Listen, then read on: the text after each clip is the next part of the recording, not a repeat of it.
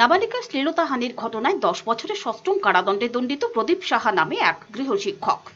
বিলোনিয়া জেলা এবং দায়রা আদালতের বিচারক গৌতম দেবনাথ শুক্রবার অভিযুক্ত প্রদীপ সাহাকে পক্সো আইনের ধারায় 10 বছরের সশ্রম কারাদণ্ডে সাজাসহ 5,000 টাকা জরিমানা অনাদায়ে 6 মাসের সাজা ঘোষণা করেন। জানা গেছে, গৃহশিক্ষকতার সুযোগ নিয়ে প্রদীপ সাহা নাবালিকা কন্যা শ্লীলতাহানির চেষ্টা করত। নাবালিকা কন্যাটি তার মাকে ঘটনা জানানোর পর 2015 সালের 10 সেপ্টেম্বর বিলোনিয়া থানায় মামলা দায়ের করা হয়।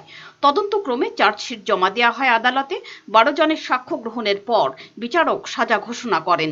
সরকারি পক্ষে মামলা পরিচালনা করেন পিপি আখতার হোসেন মজুমদার এবং এপিপি প্রভাত দত্ত।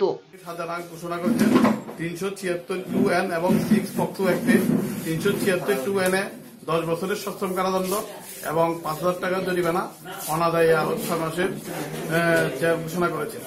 এটা হচ্ছে একটা প্রাইভেট গৃহশিক্ষক, উনি ওনার ছাত্রীকে পড়াতে অবস্থায় বিভিন্ন সময় ওর পড়াঙ্গে আঙ্গুল দিয়ে জ্বালাতন করত। এর সুবাদে ওর মা বিলোনিয়া মহিলা থানাতে মোকদ্দমা দায়ের করেছেন। আদালত তদন্ত বিলোনিয়া মহিলা থানা তদন্তক্রমে আদালতে চার্জশিট দাখিল করেছেন। তদন্তকারী অফিসার চার্জশিট দাখিল করার পর মাননীয় আদালতে প্রায় 12 জনের সাক্ষ্যবাক্য হয়েছে। মধ্য আদালত রায় ঘোষণা করেছেন। রিপোর্ট চ্যানেল দিন রাত।